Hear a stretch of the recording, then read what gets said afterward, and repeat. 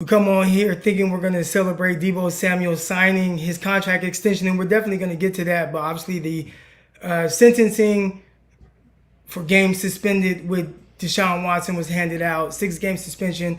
We're going to kind of discuss that and why people are so widely different spectrums of this entire thing. We'll also get into Deebo Samuel. What does Deshaun Watson really mean for Jimmy Garoppolo and Trey Lance having splashy plays in practice, throws, and whatnot? We're going to get to all that and more right here on the San Francisco 49ers Morning Show. Let's go. Intercepted. It is picked off by Eric Crocker. Over midfield, he'll run it all the way into the end zone. Touchdown. Cross Talk TV podcast. Peace.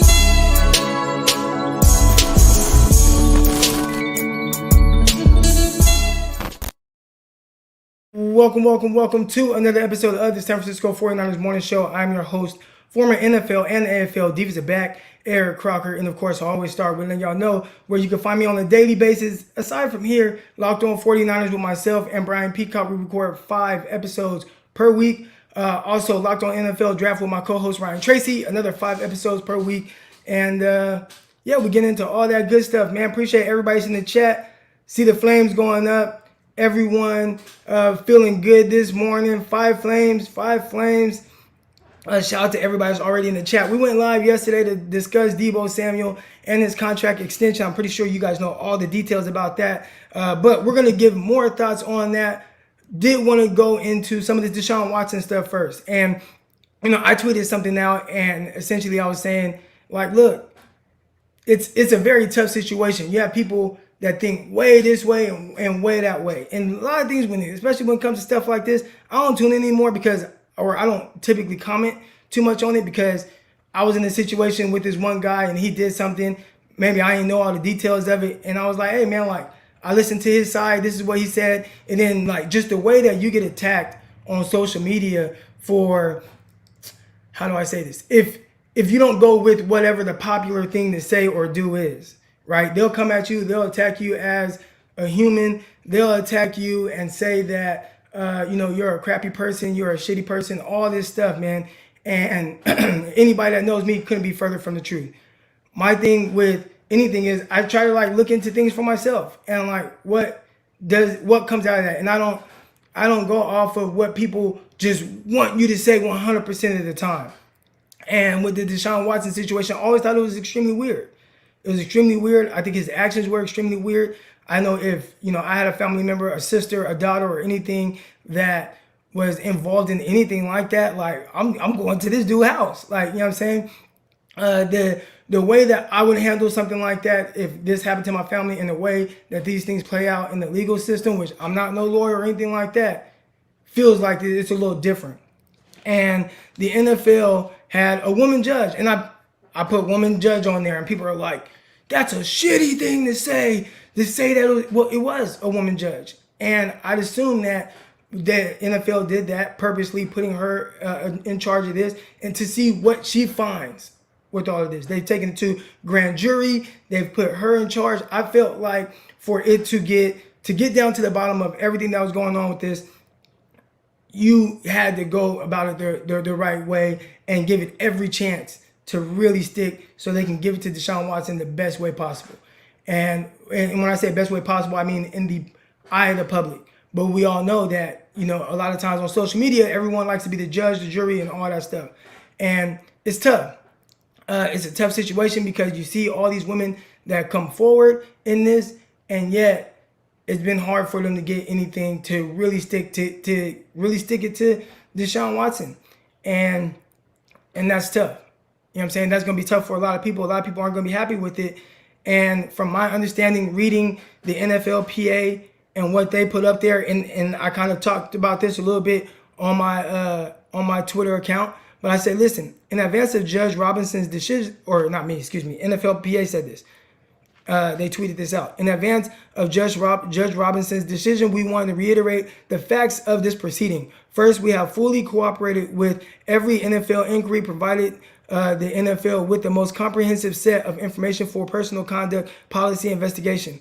A formal federal a former federal judge appointed jointly by the NFLPA and NFL held a full and fair hearing, has read thousands of pages of investigative documents, reviewed arguments from both sides impartially.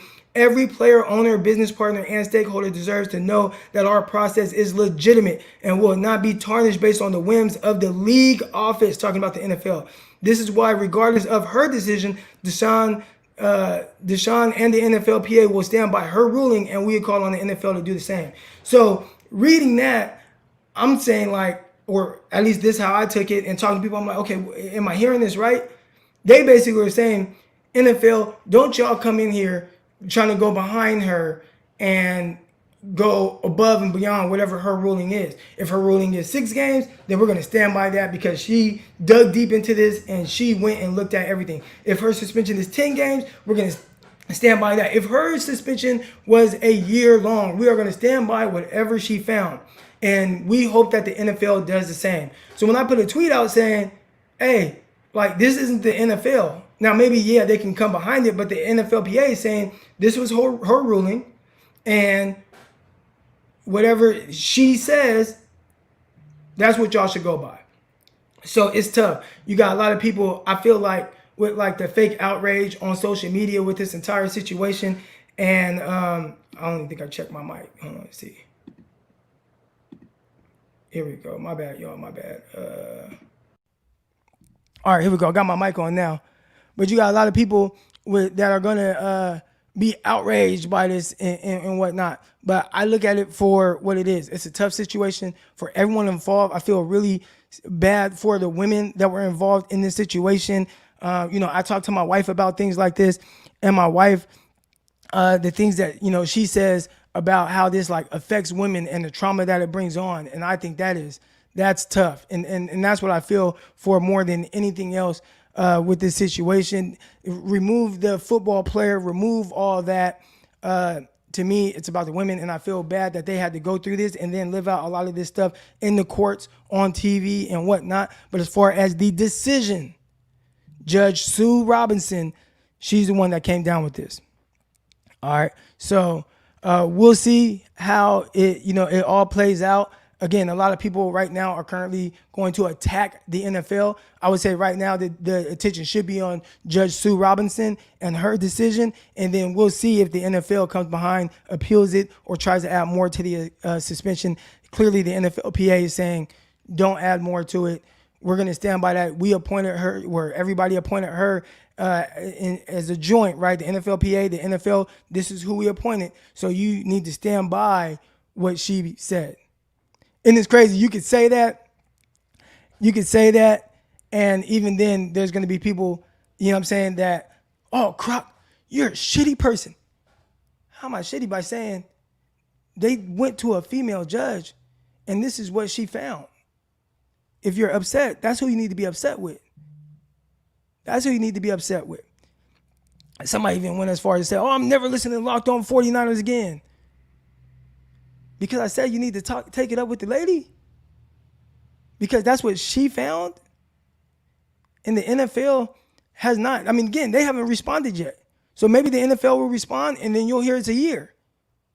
And then that's when I'll say, okay, if you feel like the year isn't enough or whatever, or if the NFL doesn't appeal, and they say, all right, we're just going to go, then yeah, okay, then at that point, yeah, you could attack the NFL. But it's a tough situation for everyone involved. I played football for a lot of years, and I never had 60 masseuse or anything like that. And I mean, to me, that's weird. I knew off rip, even when like the first like few started coming out, I'm like, okay, that's hella weird. Then there started being more, and I'm like, okay, this nigga's a weirdo. Like, you know what I'm saying? Like, I knew that off rip. It was a very weird situation. I was talking about it with somebody recently, and it's like the NDA things that he had them sign. Like, what is that? If you're just going to somebody for a massage, why would you give them an NDA? I've never done it. I've gotten massages, and I never gave anything for somebody to sign. So what's that about? I don't know. It's all really weird, but they came out with the decision, 6 games, and we'll see if that holds up. I do think that it potentially impacts Jimmy Garoppolo and the 49ers' ability to trade him. I don't think that the 49ers would be able to trade him to Cleveland, and maybe that's why Cleveland maybe knew where this was going, and we're like, hey, we're not interested in him, and they're definitely going to hold off now for 6 games. They'll play 6 games with Jacoby Brissett. So I don't know where Jimmy Garoppolo, how this whole thing is going to play out for him. I think right now you don't want people to, you don't want, I don't know, Jimmy Garoppolo, tough situation. Do they just cut him? I don't know. That's tough. That's tough. Appreciate everybody that's in the chat right now. I love and appreciate all y'all. I have respect and appreciate everyone there in here. And I hope that everybody in this, I don't know, tough situation. I feel for the women involved that all this had to play out in the courts and everything. The Bisbee guy, or Busby, whatever his name is, that defense lawyer, whatever he is, he seemed kind of weird. He seemed weird. All right, anyways, let's get to some 49er football talk. Appreciate everybody's in here right now. Little, just weird. I don't know. Change the whole mood, whole vibe. I read that coming on, and then I just tweet out, like, take that up with Sue Robinson. Take that up with Sue Robinson. Like, if you are upset, if you are truly upset by it, that's who we need to be looking into. Sue Robinson, and why did she come to that conclusion? But of course, you're gonna have a lot of people that want to be outraged by everything else, but the person that actually came down with the decision. Deebo Samuel, 3-year extension. 70, I don't know, it's weird. I've seen different numbers. I think it can be as much as $73.5 million. If he hits, probably there's certain little escalators, but it looks like it's between 71 million and 73.5, 3-year extension. So obviously he's going to play this last season here, and then it's going to kick in.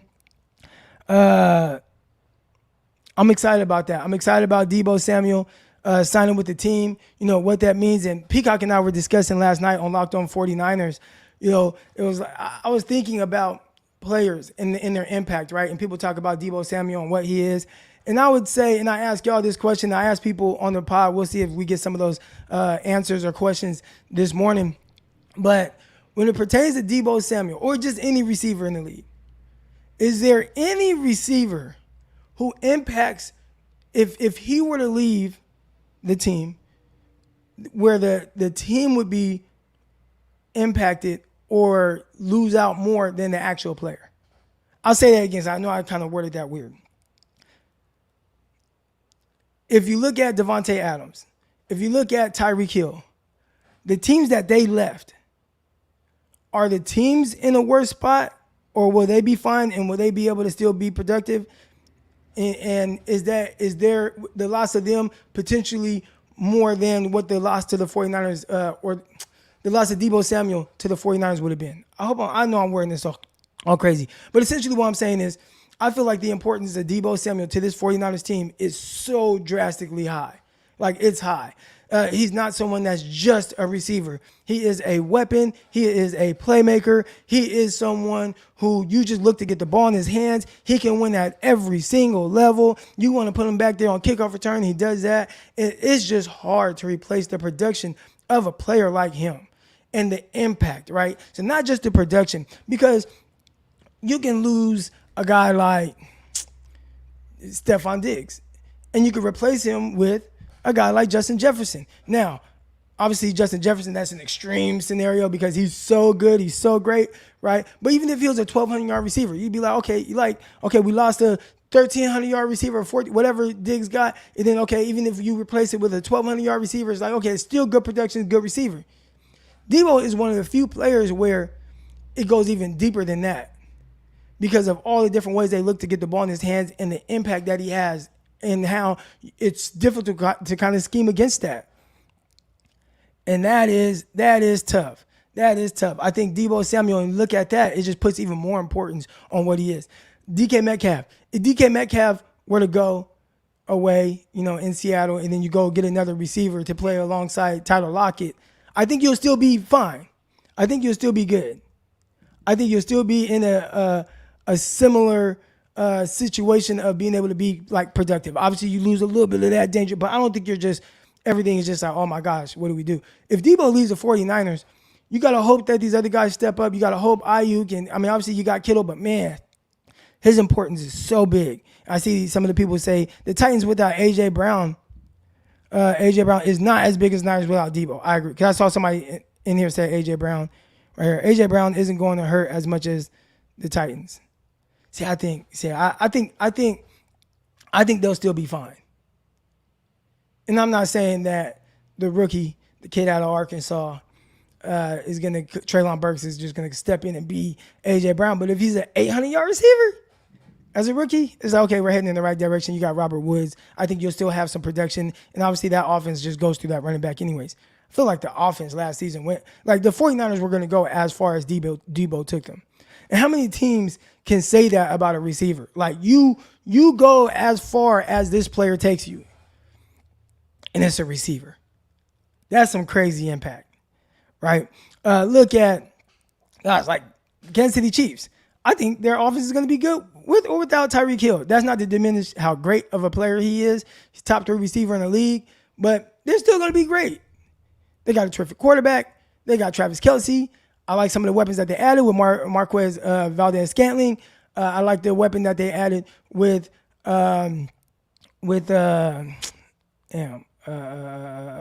Juju Smith-Schuster. They drafted a receiver. Like, I think they're going to be fine. It's really hard. Here we go. Packers and Chiefs will rebound because they have Mahomes and Rodgers. Titans are in worst place. 49ers needed Deebo like the Titans needed Brown. Okay. I can see that. Yeah, that's a tough one. That's a tough one. Let's see. Good morning, Croc. Will Deebo be all pro again? I think this is a good one. And I'd say with Deebo Samuel, will he be all pro again? First, a lot of what you hear some people say is there's going to be like this drop off with Deebo Samuel and his production. Why? Why is there going to be a drop off in his production? Are you saying like last year was so good, it was such a great season, he can't duplicate having that great of a season again, right? We are talking about somebody who had 1,400 receiving yards, over 300 rushing yards, 14 total touchdowns. So yeah, that is a great year, right? Approaching damn near 1,800 yards and 14 touchdowns. Can he duplicate that type of production? I'd say that will be a little difficult, but ultimately, let's say he don't get 1,800 total yards. Let's say he gets 1,500 total yards. Right, that's 300 less, and let's say 4 touchdowns less. So 1,400 yards total, 10 touchdowns. That's still potentially an all-pro receiver, right? So even if there is some of a drop-off a little bit in some of his numbers, I still expect him to be a terrific football player, have a terrific impact, and potentially still be an all-pro receiver. So that's tough because there's only, so many all-pro spots. First team All-Pro again, I'd say I wouldn't put money on that. Second team All-Pro, I might bet on that. Here we go. Drop off. Kyle will reduce his running plays. I do think that Kyle Shanahan reduces his running plays, but I don't think it has to be to the extent of what people think. All right, so let's look at Deebo Samuel stats right here. And we got to remember, as a rookie, he ran the ball as well. So let's look at his rookie rushing numbers. So 2019, Deebo Samuel's rookie year, 14 carries for 159 yards and 3 touchdowns. So even then, let's say, because last year he had 59 carries. 59. That's a lot. Let's say he goes closer to around 20, and you get over 200 yards, and let's say about maybe 4 touchdowns instead of 8. I think there's a way to get the ball in his hands, running the ball, and still not to the extent of what we saw last year where he was utilized as a running back, right? Remember his rookie year, they did a lot of the jet sweep still. They did the ghost orbit motion and whatnot, tossing the ball behind him. I still think they can do those things. And even if they do that, that once a game and maybe a shovel pass once a game because you want to just get the ball in his hands. We're still talking about 25 plus carries. And I think you can live with that. But you can't live with is just lining him up in the backfield, I formation, and having him run through the A and B gap. That's what you don't want. But I know people are going to think, oh, there's going to be a drop-off because he doesn't want to be used as a running back. I think to the extent of how he'll utilize as a running back. That's what you don't want. Got my guy John C here, and he says, no more runs up the middle. That's what I think. When do y'all think TDP will be drafted in fantasy football leagues? I really want him on my team. I drafted him. I can't remember. I drafted him in best ball. And let me see if I bring it up right now. Best ball. Oh, wrong phone. Here we go. All right, let me look at my best ball stuff here. Where did I draft? Ty Davis Price. Active. No. Oh, results. No. Oh, yeah, here we go. All right. Nope. Active. Result. I gotta learn how to find this. Oh, here we go. Hold on. 10. Boom. All right. Let me look at my team here.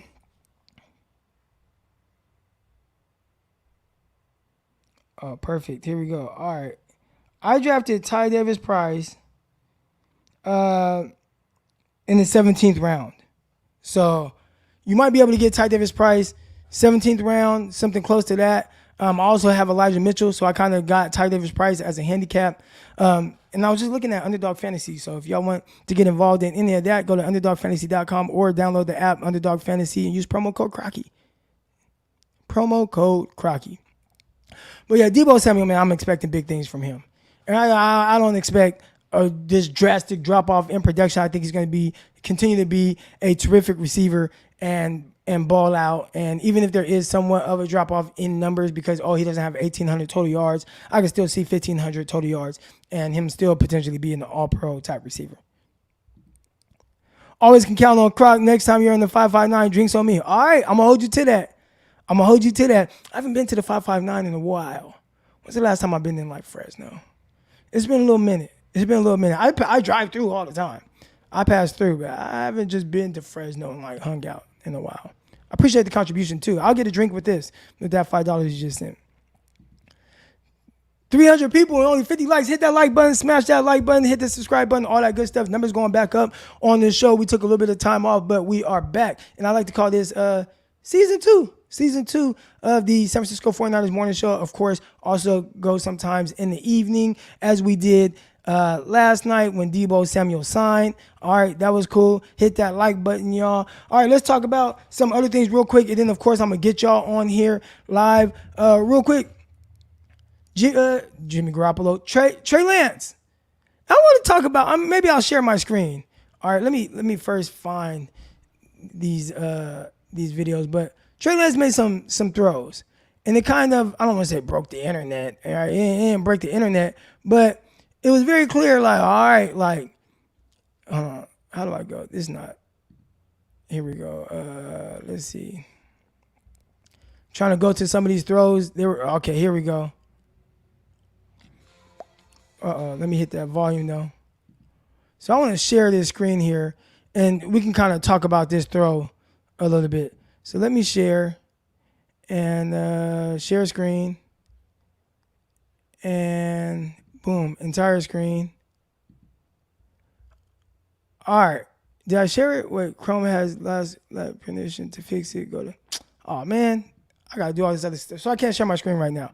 But, and hopefully Sermon shows some burst or he's gone. I ain't rooting for him though. Yeah, burst or run with power. Whatever Sermon got to do, he needs to do it so he can be on that field, man. And Ty Davis Price, he's probably not going to make it easy on Trey Sermon. So, and he just naturally has a little bit more burst too. Ty Davis Price, bigger and faster. All right, but let's talk about the throws that young Trey Lance made and why I think it was it was interesting, right? First, what the hell is going on with this Trey Lance wobble stuff, like wobble ball? I feel like people, when I say nitpicking, I don't even think that's the word for it because he threw two passes I thought were really good balls, right? And I thought they were tight spirals, or at least tight enough to where I didn't think like, oh, that ball got some wobble. And you look at the comment sections on Instagram videos of it, on Twitter, and it's like, look at that ball wobble, and they wobble with me. Like they're saying jokes, they're doing songs. And I'm like, now I saw some people put ducks. I'm like, what are these people talking about? Well, I'm looking at the ball, and I'm like, oh, I do wear glasses. So I'm thinking maybe I need to put my glasses on, but I typically don't need to use my glasses to see a video. And I'm looking, I'm squinting. I feel like I'm hurting my eyes trying to find like this wobble that these people are talking about. And I think we have to, I don't know. I'm looking and I'm like, okay, you guys are nitpicking this kid to death. Because I'm looking at this ball. I'm squinting now. You're really trying to figure out, what are they talking about with this wobble? All the comments. Well, and then I comment. I had to. I don't even like getting into it with people on social media, but I had to say something like in the comments on Instagram. And I'm just like, what wobble are y'all talking about? I'm like, looks like a good ball to me. And there were a lot of people that are like, oh, well, even if it has a wobble, Peyton Manning, he threw a lot of balls that weren't the tightest of spirals, but it got there and this was a good ball, whatever. The location was great or whatever. And I'm like, yeah. But still, what wobble are they talking about? It looked like a good ball. So I don't know if you just slow a ball down enough to where there is a slight movement. Like, they're nitpicking this kid, man. They are nitpicking the hell out this kid. Those throws he had one that was a really good ball to Brandon Ayuk. Ayuk, perfect location. Dove for it, caught the ball. It was awesome over Travarius Ward, who's having a great camp. The other one was to George Kittle. He made a nice catch. Both throws that were pushing the ball down the field. You like to see that. You like to see the aggressiveness there. But, man, this kid can't win. This kid cannot win. And I look at it, and I was just like, this is good. And, they nitpick everything about him. It was essentially an off-platform throw. I don't know if the guy made a move. It looked like maybe Nick Bosa or something like that. Maybe it could have been a sack. I don't know. We're going to act like Nick Bosa isn't rushing. They can't block him. So he's going to get in there every time. If we want to call a sack, he's going to get sacked 100 times with Nick Bosa pass rushing. They can't block Nick Bosa. All right, but anyways, you see him step up, and he kind of like is stepping to the left, and he kind of sidearms it out, and it's beautiful. He like, for y'all that don't see it, I have to change some setting so it won't let me screen share. But he like sidesteps, and he kind of like throws, and he kind of like sidearms it a little bit, and he just flicks it 45 yards down the field. Perfect location. Really the only place that he can throw the ball. The defensive back, the coverage there was great. You had Travarius Ward. He's all right there. You have a safety over the top. It was the only place he could throw the ball. And he like sidearmed it. And you look at the comments and it's like, oh man, terrible mechanics. Oh my, look at his feet. Oh, look at that ball wobbling. That's a duck. And I'm like, this kid can't win. This kid cannot win. And it was a good throw, good location. Those are the things that you want to see. And again, I see somebody say, where is it at? Unfortunately, that will be the standard for any starting 49er quarterback due to the storied history of greatness at the position. Just have to avoid the talk and play your game. Yeah, and I think he's doing a great job of that as well. Looking at him and kind of his progression and what that looks like, right? And that's my big thing.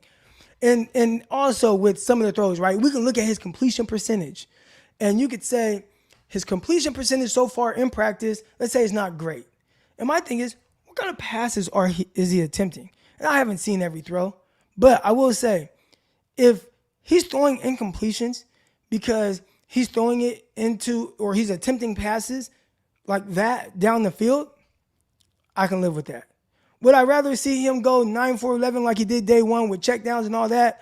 Or would I like to see him go 8-of-14 or whatever, and he's throwing the ball 45 yards down the field and he's pushing the envelope because it's practice and I'm working to get better with my time, all that stuff. I want to see like the throws that he's capable of making, the things that he's able to do, the short stuff that's going to be there. He's going to learn those and that's going to come. What about the confidence, the ball placement, the accuracy, right? All those things are things you want to see, and I love seeing those throws because it was like, okay, I like his mindset. I like his mindset. Here's a great one right here. A couple people say it. Too many experts that never played the game, armchair Karens. Right. He will cost us at least 5 fumbles in the pocket. I mean, all right. Like, let's say he caused 5 fumbles. Is that not? How many did Jimmy Garoppolo cause? All right, let's look at Jimmy G's stats. How many times did Jimmy Garoppolo fumble? Right? Because if we're saying it's a release thing where it's like, oh, he brings the ball kind of low, so he might fumble 5 times. All right. So how many times did Jimmy Garoppolo fumble in the pocket? All right. Rushing, I don't even know how to look it up. But I know his ass was fumbling too. I don't know how to look it up. Sack, yards. Yep, I don't know how to look it up. Maybe somebody can help me. But I know Jimmy be fumbling. Hell, I was watching the Cincinnati Bengal game, and I saw Jimmy Garoppolo fumble, and nobody even, it was like he just dropped the ball. I'm like, oh my gosh. We saw Jimmy Garoppolo throw the ball backwards against the Green Bay Packers, fumbling. Like, you know what I'm saying? So it's like, all right, is he making plays? And here's my thing, and how I think about quarterbacks in general. You're going to miss some things. You're going to miss some throws. You're going to miss some reads. Can you potentially overcome it by you creating the explosive plays? And I think that was one thing where with Jimmy Garoppolo is like, man, the offense needs to be right for him to generate the explosive plays because a lot of his run after catch and he has to depend on these guys as opposed to him actually creating the explosive play. So if you do miss a throw, which everybody does, or you throw a bad pick, which everybody does, if those things happen, can you potentially overcome it? And I think that was probably one of the harder things for Jimmy Garoppolo to where that's why I think some of these games, even with his mistakes, end up being a lot closer than they had to be. So with Trey Lance, there's going to be a missed throw. There might be a fumble in the pocket. Hell, interception. Can he overcome that by creating explosive plays and end up still pulling away from teams? I don't understand fans who want players from their team to play like. I don't even think it's so much. Listen, Josh, I don't think it's so much that they want the players from their team to play like crap. I think it's they want to be right about something. That's what it comes down to. I don't even think is that they just want Trey Lance to fail so bad. I think is that they felt like when they were drafted, they wanted someone else. And because they wanted someone else, they're going to point to any time that Trey Lance does something wrong, they're going to point to that as to why, see, I was right. They're wrong. They shouldn't have got him. He's not going to be good. So I don't think it's so much that like they just, I want him to suck. They just don't think he's going to be good. And then they look for anything to confirm their bias. I'd assume that's what it is. That's what I would assume. All right, here we go. We got Cold Flow. He says, Jimmy Garoppolo fumbled 5 times in 2001. So my guy said Trey Lance is going to fumble 5 times. Jimmy fumbled 5 times too. All right. That's pretty much it for the topics. We touched on the Deshaun Watson thing, and I know that's a tough situation there. I talked about it, and it's really weird, man. Everybody feels this sense of and let me hold on. I'm gonna put the chat in here right now.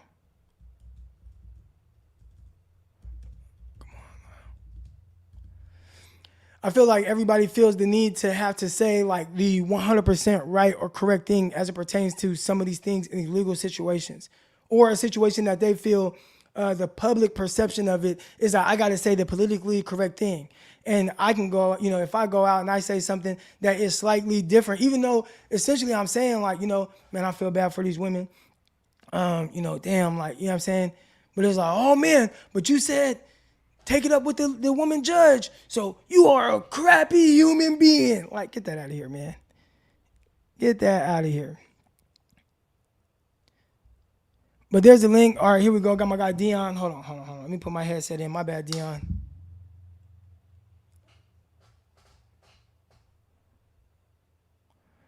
All right, Dion. What's going on, Crockett? How you doing this morning, man? Yeah. I'm good, man. How you doing this morning, bro? fantastic. The fact that Deebo got signed makes it easier. You know what I'm saying? I definitely was very happy when I saw that we went ahead and gave the man his money. He earned every coin, so no reason for us not to pay the man. And I figured it would get done right before we put on pads, which makes more sense because now we got him out there. To the naysayers out there about Trey Lance, what I will tell you is very simply, Trey Lance is pretty much just starting this year, but he had more than enough time last year to be able to take time, look at things, understand it, the playbook, all of that stuff. Everything will be expanded. The other thing you have to take into account is the fact that there were no pads last week, along with the fact that that was a makeshift offensive line. That's not our true starters. So when you have a makeshift offensive line, when you got Kyle deciding he wants to play musical chairs with the center position, which is the quarterback of the O-line, like there are going to be things that happen. And sometimes the days are not going to be great. But what you have to understand as well is practice. And he's doing what he can with what he's got. You have the whole starting defense on the other side. There's not a person missing. And you got them going up against a makeshift offensive line. For him to be able to do what he's still doing at this present time is definitely, a good thing because, hey, at least I'm completing some passes. And there are days where you want the defense to win, and sometimes you want the defense to lose. But at the same, that bodes well for our defense. We've had 6, 8 interceptions in, just the first week. So that tells me more than that is like 10, I think. Yeah, so that's what I'm saying. That tells me that we got a real formidable defense and we got some ball hawks, which is what I like. I love a ball hawk. That's why I like guys like Deebo Samuel and Deion Sanders, stuff like that. Guys that want to go for the ball or go ahead and, knock it down. And the other thing, for me, I'll say this on the Deshaun Watson situation. The man basically was suspended for a year by his own team. They told him not to come in, not to deal with it. You don't like us, we don't like you. Good, stay home. We don't want you here anyway. And then he winds up getting a 6-game suspension. And if they did go ahead and give a woman judge the opportunity to dig in deep into the facts, and that's what she came up with, then I agree with it. So basically, he had a year and a half pretty much off.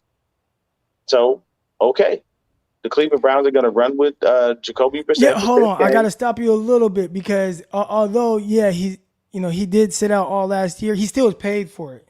Yeah. So it's still not, like in the sense of like a true suspension and true like punishment.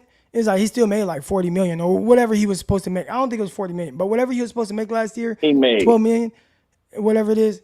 Like he made that. You know what I'm saying? Yeah. So it's still not quite the same. I definitely get where you're coming from. Where it's like, well, dude, he just didn't play. He didn't play. So I like, and here's my thing, because I know a lot of people, don't necessarily care for the way that I look at this situation. Is it weird that he had that many masseuses? Yeah, you don't need that many people massaging your body, and you definitely don't need an NDA for them to do that. And if that's the case, then, you know what I'm saying? To me, I don't care how much money you're paying me. If I got to sign an NDA to give you a massage, and that's what I do for a living, then definitely. Do you think they were signing an NDA to give him a massage? I think he had that NDA because he probably knew he was going to pull some weird shit in there. You know what I'm saying? Because there's no way that you have somebody sign. If you're just getting a massage from playing a game and that's a part of your body maintenance, who does that? Yeah, I wouldn't do that. Hey, look, man, just make sure I get my body right for the next game. That's all I care about. And if anything, what you do is you stick to one person that starts to learn your body well, and they know how to be able to, do whatever, deep tissue, shiatsu, stepping on your back, whatever the heck they want to do. But these 60, 70 people, that's off the chain, bro. You got some things you need to handle. But what I will say is the reason that I'm not going to go so hard on him is because we throw away our people as quick as we can, while other people don't do that. When other people, have people that do wild and crazy stuff, they give them some time. They look, they say, all right, you've done your time, you did whatever, you re-embrace them and you move on. We don't do that as a community. So I'm not going to just throw Deshaun Watson away like that. Did he do some weird shit? Yeah. But you know what? A lot of people do weird shit you just don't know about. So you can't sit up here and just say, okay, well, he's he's the worst person. He should never be allowed to play in the league again. If with this the land of second chances, give that man a second chance. I feel like Unfortunately, everybody talks about second chances, but and especially like if they're in a situation like, oh, everybody deserves a second chance, but when it comes to giving someone a second chance, they don't want to give the person the second chance. true, very And again, true. That I is don't know. I'm not 100% saying fact. just specifically like Deshaun Watson. I'm just saying in No, just general, in general. everyone No, talks about. But if you go to Twitter, which again I've kind of learned that Twitter's not like yeah. like this real place. Oh no. Oh man, like you are done. Like you know what Oh, I'm saying? they'll cook you. Look. Let me tell you something. I'll be 100% honest with you, Croc. I got cooked by the Beehive, bro. They ripped me to shreds, and it didn't bother me because I'm an '80s baby, man. I ain't worried about nobody. Little Twitter fingers. You ain't doing nothing. If you ain't really gonna really bring no real problem to me in real life, why do I care about what you say? But yeah, man, they went in. I had people DMing me like, "Yo, bro, they on your head." I'm like, okay, so what? I don't give a damn. Yeah, they can say whatever they want. They ain't gonna bother me now. But with Trey Lance, when he has the full offensive line at his disposal, now he's got Deebo back. Watch how things change. Watch how these days look better. Watch how things start to progress and they go on an upward. They're ramping everyone up and they're bringing everyone in, in the proper timeline. I don't see a problem with him all year long. I say we at least make the playoffs at a minimum. And if we do, that's a win. You know why? Because that showed that we had the team to be able to put around him where he was supposed to be able to do things the right way, along with the fact that the kid progressed. I mean, look at the situation with Houston. He looked really bad in the first half, and he looked a lot better in the second half. Why? Because he just saw what mistakes he was making, and he started to learn from them, and he went on. And you just got to give the kid time. People who are impatient with Trey Lance are just going to be very frustrated because you're not understanding that the kid is technically still a rookie. He didn't really play a lot. You know what I'm saying? So for me, for all you naysayers, we got receipts. Guarantee you we do.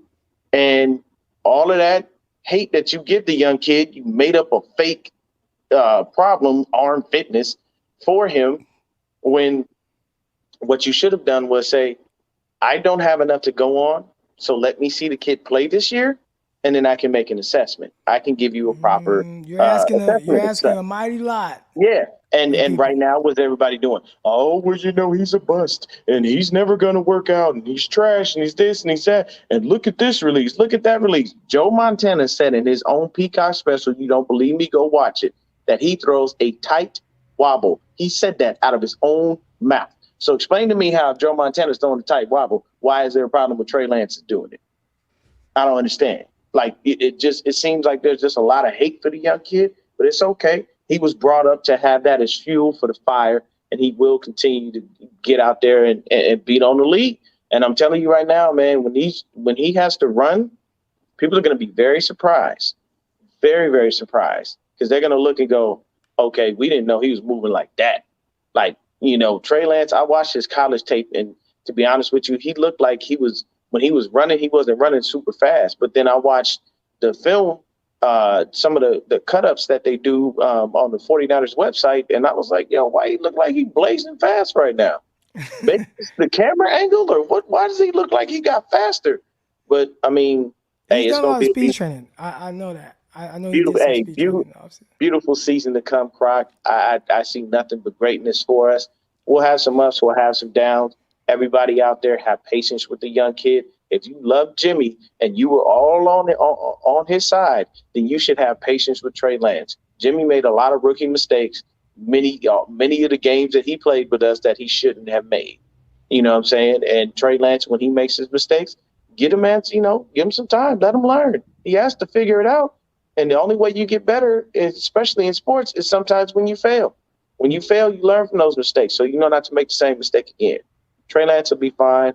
The only thing I just hope that they do is keep Jake Brendel at center, and I pray to God we don't have to start Daniel Brunskill again, because he was bad at center, and I definitely don't think that's going to be a good look for us. I think that's going to be a negative thing if he's there at center. I know they had Burford playing right guard, and they like that, but I just the center to quarterback exchange is so it's so paramount to the success of the O-line.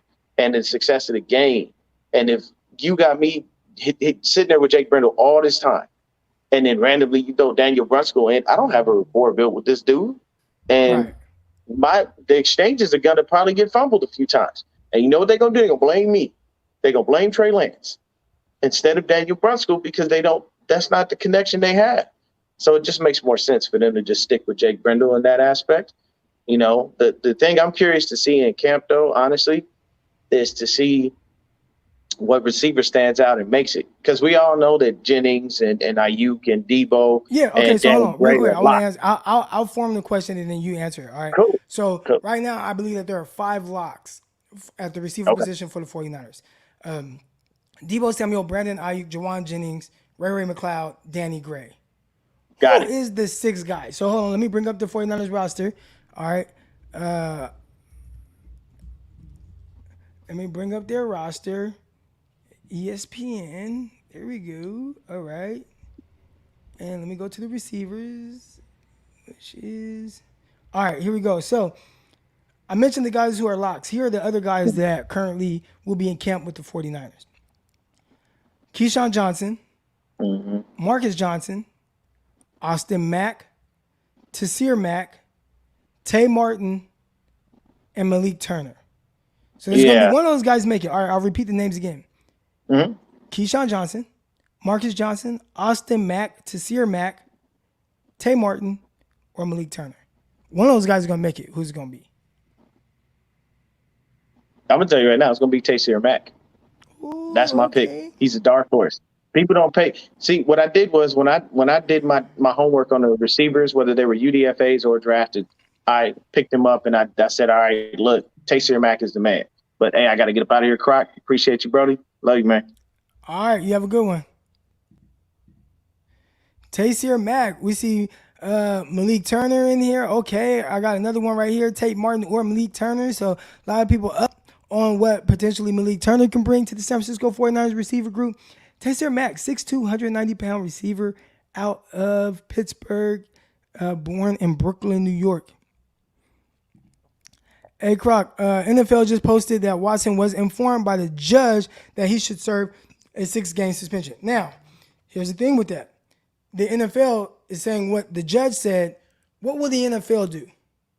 Right? And that was kind of my main point with my tweet. But of course, you're going to have people take it all kind of different ways. Oh, my gosh, Twitter is great. Wow. But the judge suggested 6 games. What will the NFL give him? What will the NFL give him? Will they stand by it? Will they appeal it? No, that's what I want to hear. Now, Deshaun Watson's people are saying it should be 0 games. They're actually not happy with the 6 games, where I know a lot of people are like, oh, they should be happy. Throughout this time, he has maintained his innocence. No matter how it's looked. Deshaun Watson has said, I'm innocent. But here we go. Ooh, Malik runs 4.3. See, I didn't know that. I don't think there's a whole lot I know about Malik Turner. George Mason. All right. Good stuff this morning.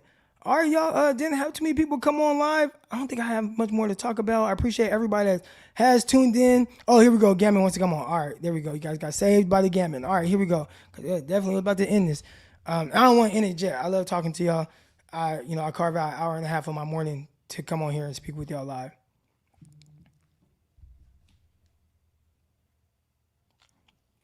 My wife is asking me questions about my business, and it's like, don't you know I'm live right now? What are you doing? Here we go. We got Gammon coming on. Gammon, good morning, bro. How you doing? I'm doing all right. First, before we get started, I'll be honest. I am not touching the Deshaun Watson thing. There's a lot, of course, I want to say, but there's just no way I'm touching that thing. It's way too hot of a subject. It does cover a little bit of 49er stuff, but it's just not that I'm not going there.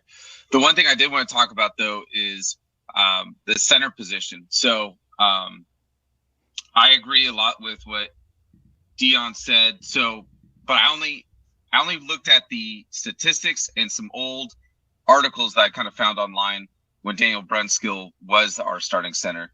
And yeah, I mean, it just didn't look good.